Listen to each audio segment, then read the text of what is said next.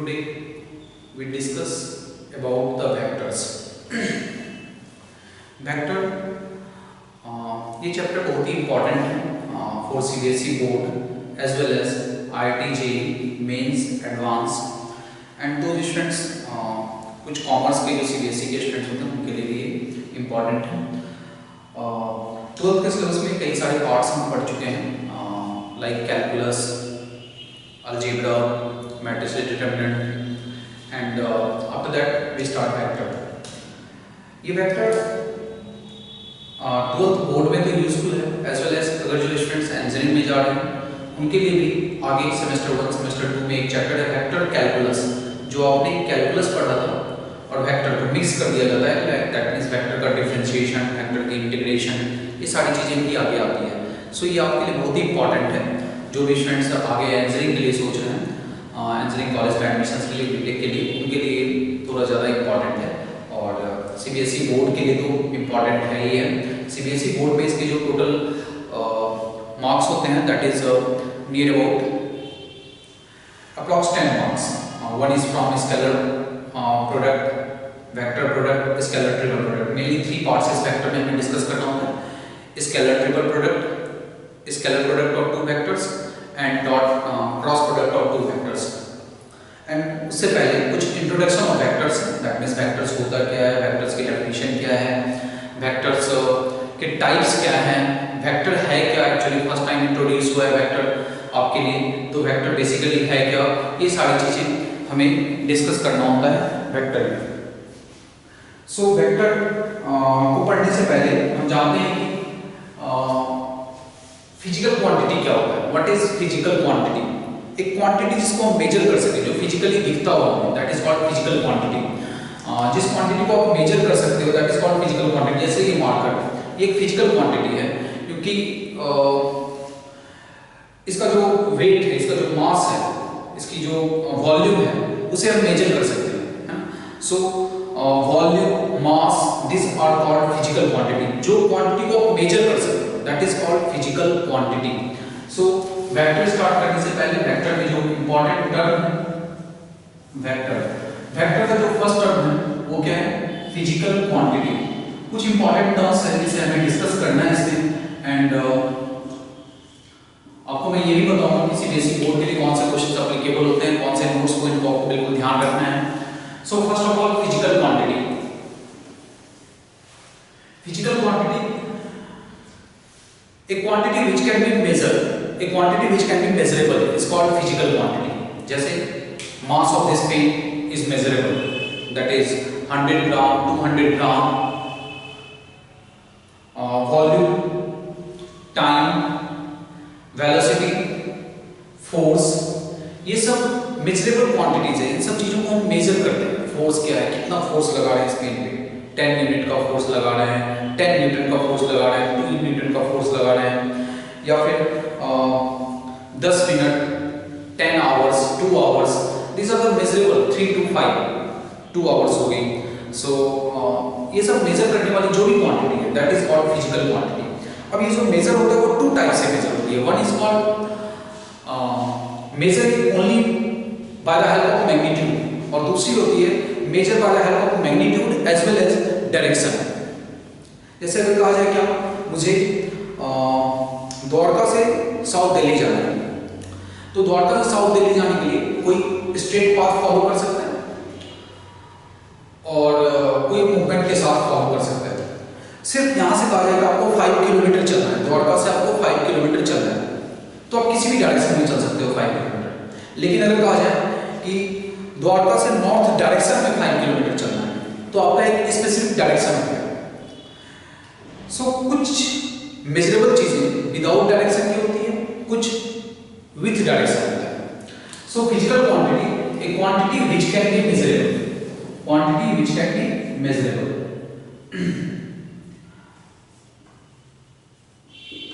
Quantity which can be measurable. जो भी आपको इसमें इंपॉर्टेंट पॉइंट्स लगता है, डेफिनेशन लगता है या कुछ भी, आप उसको नोट डाउन भी साथ साथ करते जा सकते हो समझने के साथ साथ। So physical quantity, quantity which can be measurable is called physical quantity. Basically इस फिजिकल क्वांटिटी को टू टाइप्स में डिवाइड किया गया है। One is called scalar physical quantity and another one is called vector physical quantity. Scalar physical quantity, vector physical quantity, क्या है difference scalar physical quantity और vector physical quantity में? Scalar physical quantity those physical quantity which have only magnitude, that means जिसमें direction की बात नहीं, सिर्फ magnitude का है। जैसे कहते हैं किसी भी ऑब्जेक्ट का मास है 10 kg, है ना? सो अब ये 10 kg मास का डायरेक्शन तो कुछ नहीं है कि नॉर्थ डायरेक्शन है, साउथ डायरेक्शन है, this is just a mass 10 kg। Mass of this marker is 100 gram, that is a mass, no direction. So scalar quantity, those physical quantity which have only magnitude, physical quantity which have only magnitude. मैं पूरा full definition नहीं लिख रहा हूँ, अगर आप लिखना चाहते हो लिख सकते हो पूरा फुल डेफिनेशन, बट शॉर्ट, क्योंकि मैथमेटिक्स में भी कोई डेफिनेशन नहीं आना है, कोई थ्योरम प्रूव करने के लिए नहीं आना है, बस आपको जो कंसेप्ट, जो टर्म्स यूज है उस टर्म्स को सही तरीके से समझना है कि वो टर्म्स का मीनिंग क्या है, बेसिक क्या कहना चाहते हैं, ये टर्म जो है उसका मीनिंग क्या है, उसका एप्लीकेशन कहाँ पे कर सकते हैं, वो क्लियर होना चाहिए आपको। So scalar quantity is a type of physical quantity which have only magnitude. Those physical quantity which have only magnitude is called scalar physical quantity. And like example, mass, volume, time, these are physical quantity. जब हम volume कहते हो 10 metre cube, तो क्या उसका कोई direction है? नहीं है। टाइम 30 सेकंड, कोई डायरेक्शन नहीं है, कितने बजे से कितने बजे तक 30 सेकंड, कुछ नहीं करता है। So 30 second, mass 10 kg, volume 10 metre cube, these are the scalar physical quantity. अब एक स्केलर फिजिकल क्वांटिटी में हम डिनोट कैसे करते हैं? किसी भी स्केलर क्वांटिटी को डिनोट करने के लिए एक न्यूमेरिकल नंबर्स लिखते हैं और उसके साथ उसकी यूनिट लगाते हैं। जैसे कहते हैं मास, तो 10 kg, वॉल्यूम 7 मीटर क्यूब या 7 सेंटीमीटर क्यूब, ये उसका यूनिट हो गया, वॉल्यूम की यूनिट हो गई, ये मास का यूनिट हो गया, ये नंबर हो गया। टाइम 2 आवर, ये एक टाइम है। सो एक स्केलर क्वांटिटी में जस्ट एक न्यूमेरिकल नंबर्स और उसके साथ उसका यूनिट, किस चीज का बेसिकली स्केलर क्वांटिटी क्या है वो लिखना होता है। और स्केलर ऐसा कुछ है नहीं कि हम इसके विषय में कुछ और डिटेल्स में पढ़ें, जस्ट जो आप करते आ रहे हो मोस्टली सारा चीज स्केलर ही था, जो भी नंबर्स हम लिखते आ रहे हैं। Now vector physical quantity, those physical quantity which have magnitude as well as direction, कुछ मैग्नीट्यूड भी हो और साथ साथ उसके साथ कुछ डायरेक्शन भी हो। A physical quantity which have magnitude and direction both. Magnitude and direction both. Example: velocity, displacement,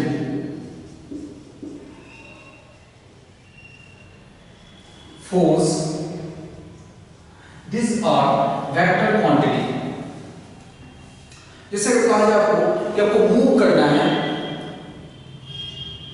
5 kilometre per hour की स्पीड से इन नॉर्थ डायरेक्शन, तो आपको एक डायरेक्शन भी पता है कि यहां से नॉर्थ की डायरेक्शन में, यहां से नॉर्थ की डायरेक्शन में 5 किलोमीटर पर आवर चलना है, यानी 1 आवर में 5 किलोमीटर मूव करना है, कहीं भी नहीं नॉर्थ के डायरेक्शन में, तो ये एक वेक्टर क्वांटिटी है। So vector quantity 5 kilometer per hour towards north. Displacement, move 3 kilometer in the direction of northeast, यानी नॉर्थ ईस्ट के मिडिल से, that means ईस्ट से 45 डिग्री या नॉर्थ से 45 डिग्री का एक डिस्प्लेसमेंट लेना है। जैसे अगर मैं एक फिगर ऐसे ड्रॉ कर लूं, तो आप जानते हो कि इस टॉप को हम नॉर्थ कहते हैं, इसे साउथ, इसे ईस्ट और इसे waste, I think.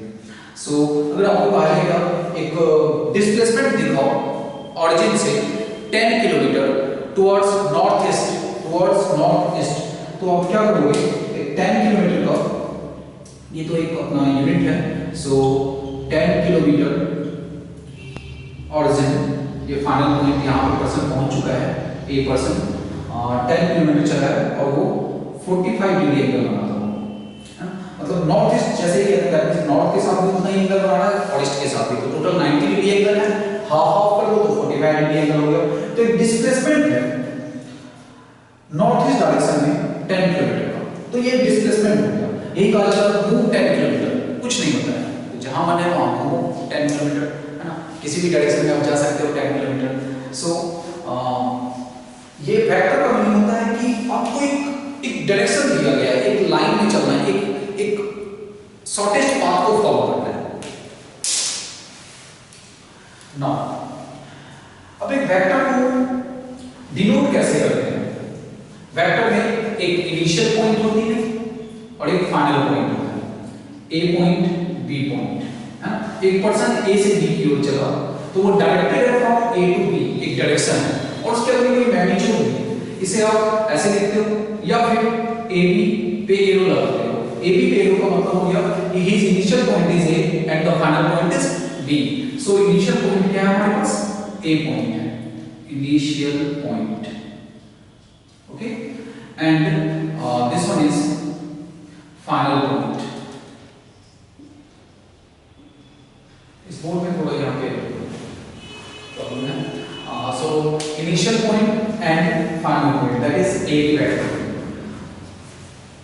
that means the vector is directed from A to B। Person अगर कोई है तो उसका मूवमेंट A से B के डायरेक्शन में है, इसे समटाइम्स हम ऐसे लिखते हैं स्मॉल a पे ऐसे वेक्टर लगा के, ऐसे वेक्टर सिंबल से एरो लगाना ताकि से वेक्टर है। ये A B का मैग्नीट्यूड हो गया, direction from A to B, okay. इसमें जो भी आपकी इंपॉर्टेंट पॉइंट्स अगर लगता है कुछ ऐसा लिखना है तो आप लिख सकते हो। और आगे हम जो पढ़ेंगे वो पढ़ेंगे टाइप्स ऑफ वेक्टर, वेक्टर्स की क्या क्या टाइप्स होती हैं। अभी हमने जाना वेक्टर क्या होता है, वेक्टर होने के लिए कुछ मैग्नीट्यूड होना चाहिए और एक स्पेसिफिक डायरेक्शन होनी चाहिए, so that is called vector. Vector के लिए एक इनिशियल पॉइंट होता है, फाइनल पॉइंट होती है, एक डायरेक्शन में वो डायरेक्टेड होता है, उसे डिनोट करते हैं हम A vector, B vector, C vector, ऊपर एरो लगाना होता है, ठीक है। Now after that we discuss about the types of vector. So if you want to write down then write it.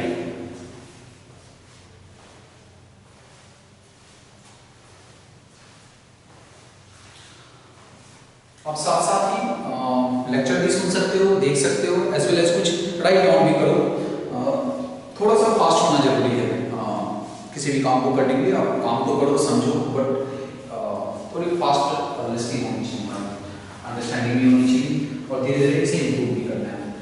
So now मैं इसे रब कर रहा हूँ।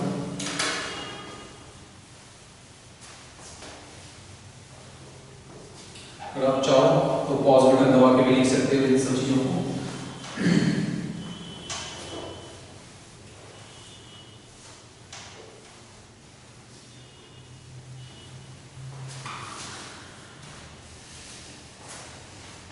नेक्स्ट, अभी हमने देखा फिजिकल क्वांटिटी क्या है, जो मेजरेबल है वो फिजिकल क्वांटिटी है, दो टाइप में वो डिवाइड हो गया, स्केलर फिजिकल क्वांटिटी और दूसरी vector physical quantity. Now types of vector physical quantity, types of vector, okay. So अब हम क्या पढ़ने जा रहे हैं? Types of vector. वेक्टर है तो उसके भी कुछ कुछ टाइप्स हैं, है ना। फर्स्ट जो है वो एक टर्म यूज होती है यूनिट वेक्टर। देखो भी आपको हो सकता है कि कंसेप्ट्स पूरी तरीके से जो बिल्कुल न्यू स्टूडेंट है वेक्टर पहली बार पढ़ रहा है, वो कॉमर्स साइड का हो सकता है, साइंस साइड का हो सकता है, बट इनिशियली थोड़ा सा लगेगा अननोन सा, बट जब आप इसको अप्लाई करना शुरू करोगे तो बहुत ही इजी है इसका एप्लीकेशन। दैट मींस जब आप क्वेश्चन सॉल्व करोगे तो क्वेश्चन बहुत ही इजी लगेगा।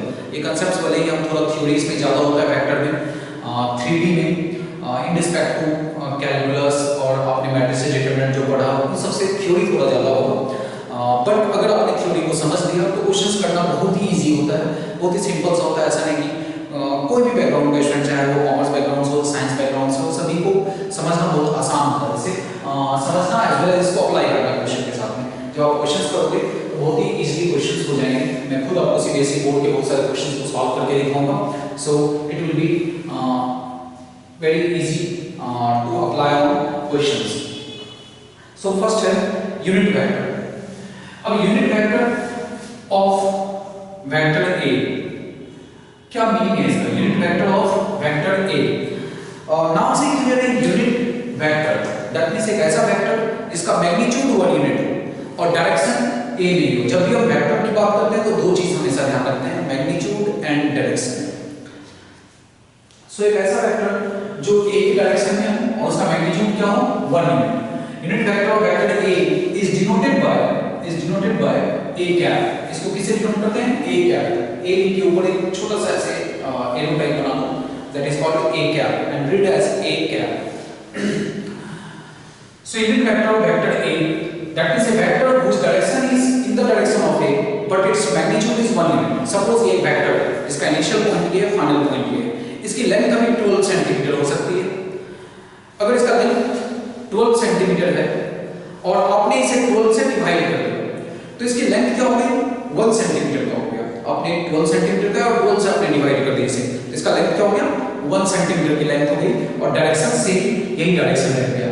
So it is a vector of in the direction of this and magnitude is 1 unit.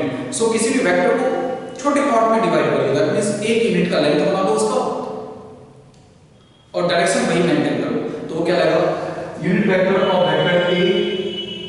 Unit vector of vector A that means आपने उस वेक्टर को यूनिट में कन्वर्ट कर दिया, 1 यूनिट का बना दिया बस, बट उसके डायरेक्शन में आपने चेंजिंग नहीं करी, डायरेक्शन वही करोगे। अगर कहा जाता आगे unit vector in opposite direction होते हैं तो हम आगे पढ़ेंगे उसको मैग्नीट्यूड से डिवाइड करके माइनस से मल्टीप्लाई करना होता है। किसी वेक्टर में माइनस से मल्टीप्लाई करने का मीनिंग है कि अगर वेक्टर का डायरेक्शन ये है और जस्ट मैंने माइनस से मल्टीप्लाई कर दिया तो उसकी डायरेक्शन चेंज होगी, अपोजिट होगी, जस्ट रिवर्स डायरेक्शन में चला गया। सो unit vector of vector A is denoted by A cap, है ना। अब इसको इवैल्यूएट कैसे करें? कोई भी वेक्टर है, इसका डेफिनेशन है a cap, unit vector of a is a cap and this vector a divided by its magnitude. एक वेक्टर को उसके मैग्नीट्यूड से डिवाइड करते हो वो यूनिट वेक्टर देता है। अभी आपने देखा इसे हम a वेक्टर देते हैं और ये मैग्नीट्यूड क्या है? मैग्नीट्यूड मतलब उस वेक्टर का लेंथ कितना है। किसी वेक्टर को दो वर्टिकल बार साइन के अंदर लिख देना, इस तरह से लिखना वेक्टर a वेक्टर b, मतलब ये जो है अब वेक्टर नहीं रहा, वो लेंथ हो गया, लेंथ ऑफ वेक्टर। इसका लेंथ 10 सेंटीमीटर हो सकता है, इसका लेंथ 20 सेंटीमीटर हो सकता है। तो किसी भी वेक्टर को दो वर्टिकल बार साइन में लिख देना, दैट मींस क्या? आप उसका मैग्नीट्यूड लिखना चाह रहे हो, मैग्नीट्यूड ऑफ वेक्टर ए। सो अगर किसी वेक्टर को, वेक्टर में दो चीज थी, एक डायरेक्शन और एक मैग्नीट्यूड, मैंने डायरेक्शन के साथ कुछ नहीं किया, उसका जो भी मैग्नीट्यूड था मैंने उससे डिवाइड कर दिया। उससे डिवाइड करने के बाद दैट मींस उसका जो एक्चुअल मैग्नीट्यूड था उसी से डिवाइड हो गया, तो उसका मैग्नीट्यूड अब क्या हो गया? 1 यूनिट हो गया उसकी magnitude. So a cap is equal to vector a divided by its magnitude. अब आप सोचते हो कि वेक्टर कैसा होगा, किस तरह का लिखा होगा वो वेक्टर? तो जनरली वेक्टर को जो है ना कुछ इस तरह से लिखा जाता है। कोई भी वेक्टर है उसको ऐसे लिखते हैं xi plus yj plus zk। अब थोड़ा नया नया टर्म्स यूज हो रहा होगा, माइंड में आता होगा ये i j k कहां से आ गया, है ना। सो ये सब कुछ है कि a वेक्टर है xi yj zk, that means कहता है कि ये एक वेक्टर है जिसका x की तरफ, x एक्सिस की तरफ, ऑरिजिन से x एक्सिस की तरफ x यूनिट चला है, y एक्सिस की तरफ y यूनिट चला है और z एक्सिस की तरफ z यूनिट चला है। तो उसको डायरेक्शन को अब हो गया ना, अब स्पेस है, सपोज मेरे लिए ऑरिजिन ये है x एक्सिस, ये है y एक्सिस और ये ऊपर की ओर z एक्सिस है। अगर मुझे कहा जाए कि x एक्सिस की तरफ 2 यूनिट चलो तो मैं x एक्सिस की तरफ 2 यूनिट चला, फिर कहा जा रहा है मुझे y एक्सिस की तरफ 2 यूनिट चलो, मैं y एक्सिस की तरफ 2 यूनिट चला, और फिर कहा जा रहा है z एक्सिस की तरफ 3 यूनिट चलो, यहां से जंप करेंगे 3 यूनिट तो ऊपर पहुंच जाएंगे। सो हमारा एक डायरेक्शन ये बताया कि आपको x की तरफ x यूनिट चलना है, y की तरफ y एक्सिस की तरफ पॉजिटिव y एक्सिस की तरफ y यूनिट चलना है और z एक्सिस की तरफ z यूनिट चलना है, राइट। सो ये डायरेक्शन बताता है, ये r इंडिकेट करता है पॉजिटिव x एक्सिस को,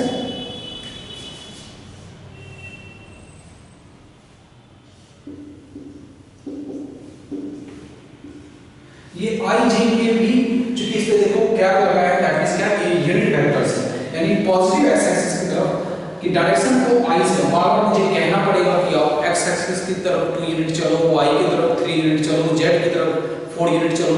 तो ऐसा कहने से बचने के लिए हम लिख देते हैं x i plus y j plus z k, that means x axis के डायरेक्शन में आपने x से चला कि x 2 3 4 कुछ भी हो सकता है 2 i 3 j 4 k।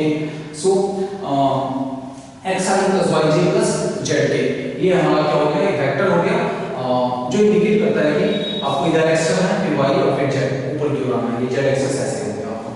सो ये vector is x i plus y j plus z k। अगर आप इस वेक्टर का मैग्नीट्यूड निकालना चाहते हो, किसी भी वेक्टर का मैग्नीट्यूड निकालना चाहते हो, हर वेक्टर के पास एक डायरेक्शन है एज वेल एज एक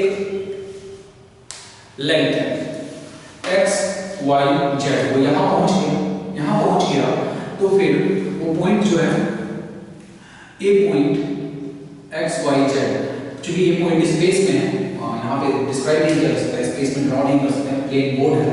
सो ये वेक्टर कुछ ऐसा है। अगर मैं इसका लेंथ निकालना चाहता हूँ, ये वेक्टर का कुछ है तो वो लेंथ निकालना चाहता हूँ, तो दो ऑप्शन है आपके पास, या तो आप डिस्टेंस फार्मूला लगा दो। डिस्टेंस फार्मूला जानते हो आप, डिस्टेंस फार्मूला क्या होता है, अंडर रूट x माइनस 0 का स्क्वायर प्लस y माइनस 0 का स्क्वायर प्लस z माइनस 0 का स्क्वायर। दैट मींस आप कहोगे कि यहाँ से जो डिस्टेंस आया है हमारा OA का, OA डिस्टेंस जो आया है वो डिस्टेंस आया है हमारे पास x square plus y square plus z square. देखो ये ना अभी मैं आपको समझाने के लिए लिखा हूँ कि x i y j और z के एक्चुअल में वो प्रोजेक्शन वगैरह होता है, बट इनिशियल आप ऐसे समझ सकते हो। सो ये vector is x i plus y j plus z k है। अगर मुझे इस वेक्टर का मैग्नीट्यूड निकालना है, या तो हम डिस्टेंस फार्मूला लगाएं या डिस्टेंस फार्मूला नहीं लगाएं, तो अगर आप डायरेक्ट करना चाहते हो सिंपल सा मेथड क्या अप्लाई करना कि i कंपोनेंट का जो i के आगे जो कंपोनेंट लिखा हुआ है उस पे स्क्वायर कर लेना, j के आगे का स्क्वायर कर लेना, k के आगे का स्क्वायर कर लेना, तीनों को ऐड करना और स्क्वायर रूट लगा देना। ये आपको उस वेक्टर का मैग्नीट्यूड देता है ना। ये नंबर में कन्वर्ट हो जाएगा और वो नंबर उस वेक्टर का मैग्नीट्यूड बताएगा, लेंथ बताएगा कि वो वेक्टर कितने लेंथ का है। नाउ अगर मुझे a कैप चाहिए और हमें ये वेक्टर दिया हुआ है, तो a cap is equal to, जैसा कि आप जानते हो, vector a divide by x क्या होता है, मैग्नीट्यूड। और वेक्टर a क्या है हमारे पास, vector a x i plus y j plus z k, और डिवाइड बाय its मैग्नीट्यूड क्या होगी, under root x square plus y square plus z square, है ना। सो ये इस तरह से हमने निकाल लिया किसी भी वेक्टर का यूनिट वेक्टर। तो किसी भी वेक्टर का आपको यूनिट वेक्टर लिखना है तो आप उस वेक्टर को लिखो और उसको उसके मैग्नीट्यूड से डिफाइन करो, बस सिंपल आप यूनिट वेक्टर निकाल सकते हो। ऑब्जेक्टिव क्वेश्चंस 1 मार्क में सीबीएसई बोर्ड में इससे रिलेटेड होता भी है कई बार कि यूनिट वेक्टर फाइंड करना है, तो यूनिट वेक्टर फाइंड करने का मेथड आपने सीखा कि किसी वेक्टर को उसके मैग्नीट्यूड से डिफाइन करने से जो वेक्टर आती है that is called unit vector. Okay, एक एग्जांपल ले लेते हैं कि उस एग्जांपल में हम कैसे सॉल्व कर सकते हैं। सपोज एक एग्जांपल है 2i - j - 2k, ये एक वेक्टर है और इस वेक्टर का हमें क्या फाइंड करना है, यूनिट वेक्टर फाइंड करना है। अच्छा बताओ इसका मैग्नीट्यूड क्या होगा, इसका मैग्नीट्यूड क्या होगा। तो इसकी मैग्नीट्यूड फाइंड करने के लिए आप वेक्टर a लिखोगे और अंडर रूट i के कंपोनेंट का स्क्वायर j के कंपोनेंट का स्क्वायर। अच्छा यहाँ पे आप 1 स्क्वायर लिख दो या -1 स्क्वायर लिख दो, बात एक ही है। j के आगे एक्चुअल में -1 है, -1 का स्क्वायर करेंगे या 1 का स्क्वायर करेंगे, रिजल्ट क्या होना है, नहीं होना है। किसी भी नंबर नेगेटिव हो या पॉजिटिव उसका स्क्वायर सेम होता है, इसलिए आप यहाँ पे +1 -1 कोई भी लिख सकते हो, बट एक्चुअल में j का कंपोनेंट क्या है, -1 और k की कंपोनेंट है -2 स्क्वायर। सो अगर देखें तो वेक्टर a जो ये वेक्टर लिखा हुआ है इसमें एक डायरेक्शन है और एक मैग्नीट्यूड है। हम अभी उसका क्या कर रहे हैं, मैग्नीट्यूड फाइंड कर रहे हैं, उसकी लेंथ फाइंड कर रहे हैं। So length is equal to हो गया 4 + 1 + 4 that is equals to 3। Now a cap equals to vector a divide by its magnitude. Vector a is 2i - j - 2k and divide by 3. So a cap is equal to 1/3 2i - j - 2k. So मेरी handwriting बहुत clear नहीं है, सो आप समझ लेना, धीरे धीरे आपको अंडरस्टैंड हो जाएगा कि मेरा राइटिंग किस तरह से है नहीं है। सो आप ऑब्जर्व करो a cap is equal to 1/3 2i - j - 2k। That means ये जो a cap निकल के आया ये भी एक वेक्टर है, इस वेक्टर का मैग्नीट्यूड कितना है 1 यूनिट, यानी इस वेक्टर का लेंथ कितना है बस 1 यूनिट है और डायरेक्शन किधर है a की तरफ की डायरेक्शन, कि आप a कैप निकाल रहे हो, आप b कैप निकालोगे तो b की तरफ डायरेक्शन होगा और मैग्नीट्यूड 1 यूनिट होगी। ये जो i j k यहाँ पे है, this one is i, this one is j and this one is k। i j k are the unit vectors in the direction of x axis, y axis, z axis. So लिख देता हूं मैं यहाँ पे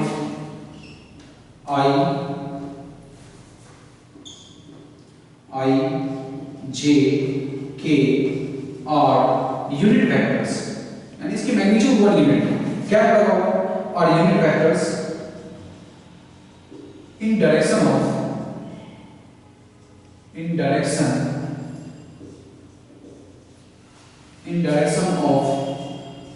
ox, oy, oz, यानी positive x axis, positive y axis, positive z axis respectively. Okay students, so ये हमारा unit vector हो गया। यूनिट वेक्टर की मैग्नीट्यूड 1 यूनिट होती है और डायरेक्शन जिस वेक्टर का आप यूनिट वेक्टर निकालते हो उसी डायरेक्शन में होता है।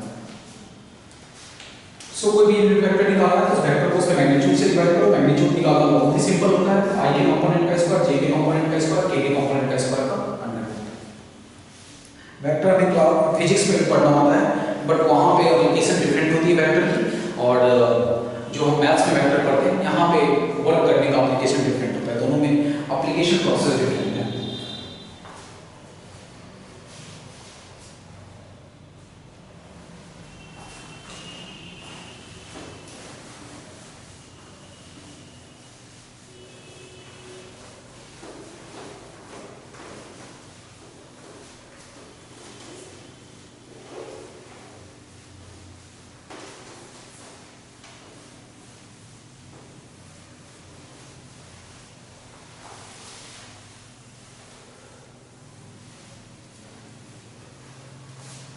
नेक्स्ट और कुछ टाइप्स ऑफ वेक्टर देखते हैं। द सेकंड, फर्स्ट हमने देखा unit vector, the second is like vectors. Like vectors क्या है? Like vectors, vectors which direction are same is called like vector. जितने वेक्टर्स जिसका डायरेक्शन क्या हो, सेम हो, वो सभी का सभी कैसा वेक्टर होगा?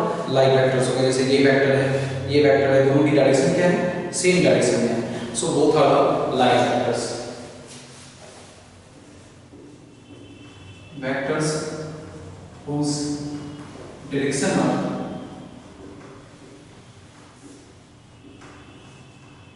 same is called like vectors.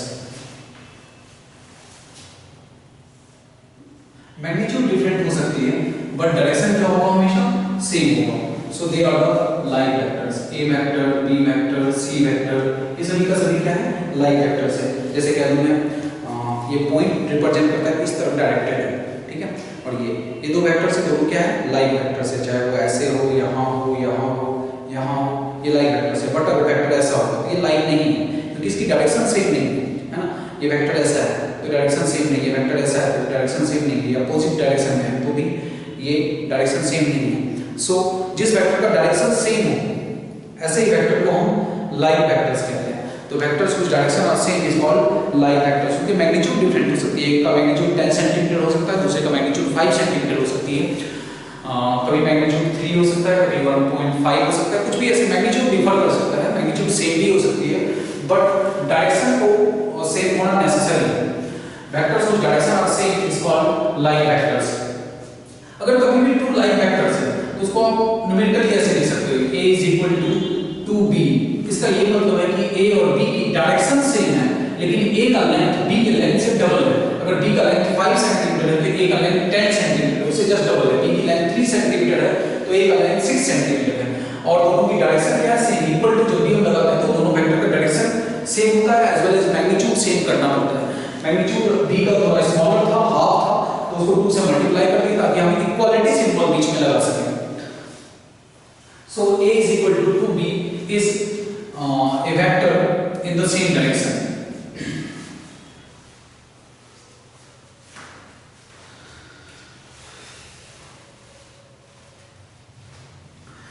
Like vectors, the second one is unlike vectors.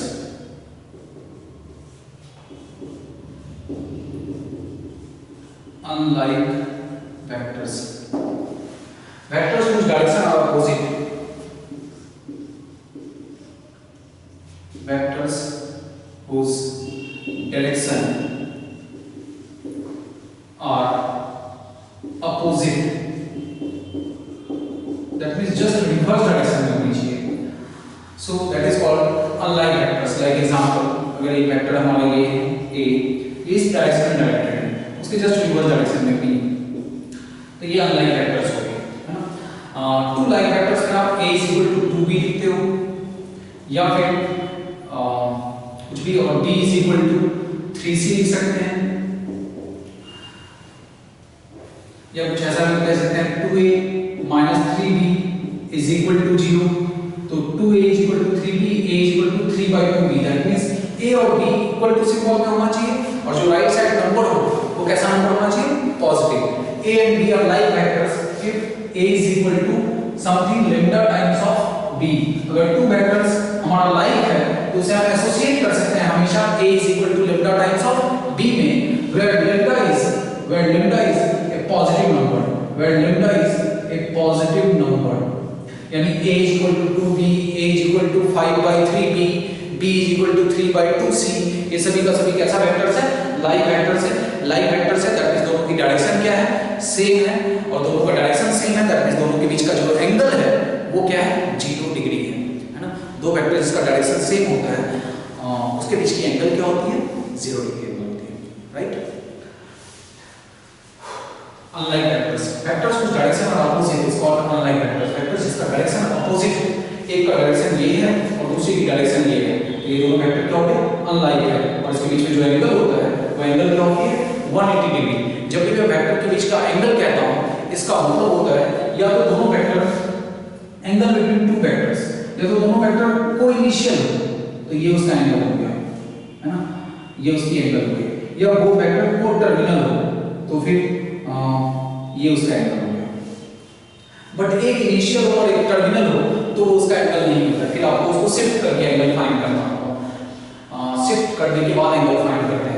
Vector whose direction are opposite is called unlike vectors. अगर मैं देखूं unlike vectors को, तो एक वेक्टर a है हमारे पास और अनदर वेक्टर जो है वो b है, और दोनों की डायरेक्शन क्या है, अपोजिट है डायरेक्शन. सो डायरेक्शन अपोजिट है, a यहां पे है और b जो है वो हमारा ये रहा. दोनों का इनिशियल पॉइंट यही है, एक ही साइड है, इस साइड है, दोनों के बीच का एंगल क्या हो गया, 180 डिग्री. और जितनी भी लाइक वेक्टर्स होती हैं, a वेक्टर ये है, b वेक्टर भी ये है, सो दोनों का डायरेक्शन सेम है, तो आप इसको एक दूसरे को ओवरलैप कर दो तो क्या हो जाएगा, दोनों के बीच का एंगल 0 डिग्री हो जाएगा. इन दैट केस यहां पे जो लाइक वेक्टर्स होता है उसके बीच का एंगल क्या होता है, 0 डिग्री. जो अनलाइक वेक्टर्स होंगे उसके बीच का एंगल क्या होता है, 180 डिग्री. लाइक वेक्टर्स को हमेशा लिख सकते हैं a = lambda b, where lambda is any positive number, and unlike vectors को आप रिप्रेजेंट कर सकते हो a = lambda b, बट यहाँ पे जो lambda है वो lambda को नेगेटिव होना नेसेसरी है. दैट मींस इसे एसोसिएट करते हैं a = -3 of b, b = -2 of c. इसका ये मीनिंग हो गया कि a की मैग्नीट्यूड b के मैग्नीट्यूड से ट्रिपल है, और a का डायरेक्शन b के डायरेक्शन से अपोजिट है. माइनस साइन ये इंडिकेट करता है कि दोनों का डायरेक्शन क्या है, डिफरेंट है, बिल्कुल अपोजिट है डायरेक्शन, डिफरेंट नहीं अपोजिट है डायरेक्शन, है ना. b = -2c, that means b और c में b का मैग्नीट्यूड c के मैग्नीट्यूड से डबल है, और b का जो डायरेक्शन है और c का डायरेक्शन वो एक दूसरे से अपोजिट है. सो ये हो गया like vectors and unlike vectors. Vectors जो है वो जनरली फ्री इन नेचर होता है. वेक्टर्स क्या होती है, free in nature. Free in nature कहने का सेंस है कि उसको आप स्पेस में कहीं भी मूव कर सकते हो without changing its direction. Generally vectors को दो टाइप से डिस्कस करते हैं. फ्री वेक्टर होता है, एक लोकलाइज्ड वेक्टर होता है जिसकी लोकेशन फिक्स होती है. कहा जाए तो इस पॉइंट से वेक्टर पास करेगा तो फिर इसका लोकेशन फिक्स हो गया, फिर आप इसे चेंज नहीं कर सकते, आप इसे शिफ्ट नहीं कर सकते कहीं भी, इसका लोकेशन फिक्स है. 1, 2, 3 पॉइंट से पास करना है तो बस अब आप इसे मूव नहीं कर सकते, क्योंकि अगर मूव करोगे तो पॉइंट छूट जाएगा, और पॉइंट को मेंटेन करते हुए थोड़ा सा भी टर्न करोगे तो डायरेक्शन चेंज हो जाएगा. सो लोकलाइज्ड वेक्टर का लोकेशन फिक्स होता है, आप उसको मूव नहीं कर सकते, आप उसे एडजस्ट नहीं कर सकते, आप उसे शिफ्ट नहीं कर सकते. बट जो वेक्टर्स फ्री नेचर होता है उसे आप स्पेस में कहीं भी मूव कर सकते हो. और जनरली अगर कहा जाए ए बी सी और 3 वेक्टर्स, उसके विषय में कुछ और मेंशन नहीं है, तो in that case the vectors are free in nature, यानी जनरली 95-98% केसेस में वेक्टर क्या होती है, फ्री इन नेचर होता है ना। फ्री इन नेचर कहने का सेंस है कि अगर ये एक वेक्टर है, इसकी मैग्नीट्यूड है 10 सेंटीमीटर और इसका डायरेक्शन ये है, मैं इसे मूव करके यहाँ पे ले आया, क्या इसका लेंथ चेंज हुआ? यहाँ पे 10 सेंटीमीटर का लेंथ था, यहाँ लेके आ गया, उसे यहाँ से यहाँ शिफ्ट किया है, तो क्या इसका लेंथ चेंज हुआ? नहीं चेंज हुआ, लेंथ वही है और डायरेक्शन भी वही है, उसी तरफ डायरेक्टेड है। सो अगर किसी वेक्टर का डायरेक्शन आप चेंज नहीं करते, उसको स्पेस में कहीं भी मूव करते हो, अभी भी देखो इनिशियल पोजीशन उसका ये था, अभी यहाँ पे डायरेक्शन दोनों की सेम है, दोनों का डायरेक्शन क्या है, सेम है, और लेंथ भी क्या है, सेम है। सो वेक्टर को बिना डायरेक्शन चेंज के स्पेस में कहीं भी एडजस्ट किया जा सकता है, मूव किया जा सकता है। That type of vector is called free vector. और जनरली जितनी भी वेक्टर्स गिवन होती है वो सभी का सभी फ्री होता है। आपको मैथमेटिक्स में यहाँ पे जो भी वेक्टर्स मिलेगा वो सभी ऑलमोस्ट फ्री वेक्टर्स होंगे।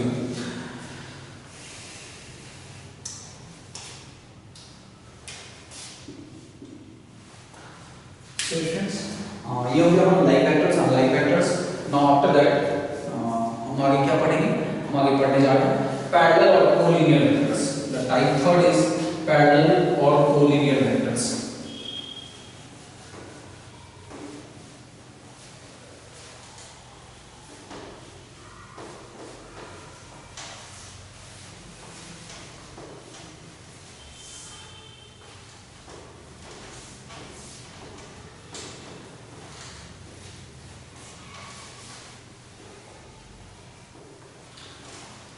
थोड़ी बहुत कुछ स्टूडेंट्स को अनकंफर्टेबल लग रहा होगा, बेसिकली जो कॉमर्स के स्टूडेंट्स अगर इसको देख रहे होंगे उनके लिए थोड़ा सा वेक्टर वगैरह कॉमन नहीं होती है, बट साइंस के स्टूडेंट्स के लिए तो ये क्लास 11 फिजिक्स में ही वेक्टर पढ़ना था, तो उसके लिए इजी है।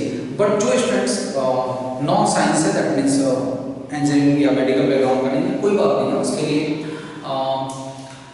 कुछ ऐसा है नहीं कि टफ है, पर आप समझते जाओ। जब आप क्वेश्चंस पे अप्लाई करना शुरू करोगे, जब मैं क्वेश्चन समझाना शुरू करूँगा, क्वेश्चंस का सॉल्यूशन बताना शुरू करूँगा, आपको कुछ भी इसमें डिफिकल्ट नहीं लगेगा, सभी चीज़ बहुत ही सिंपल है, इजी स्कोरिंग चैप्टर है वेक्टर थ्योरी, बस सारे का उसको माइंड में रखना है। सो द सेकंड इज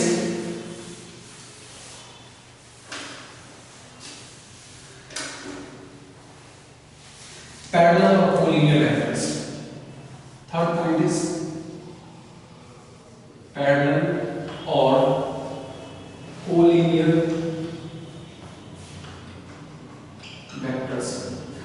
मैंने यहाँ पैरेलल और कोलिनियर लिखा है। बेसिकली पैरेलल और कोलिनियर थोड़ा डिफरेंट होता है ज्योमेट्री में, बट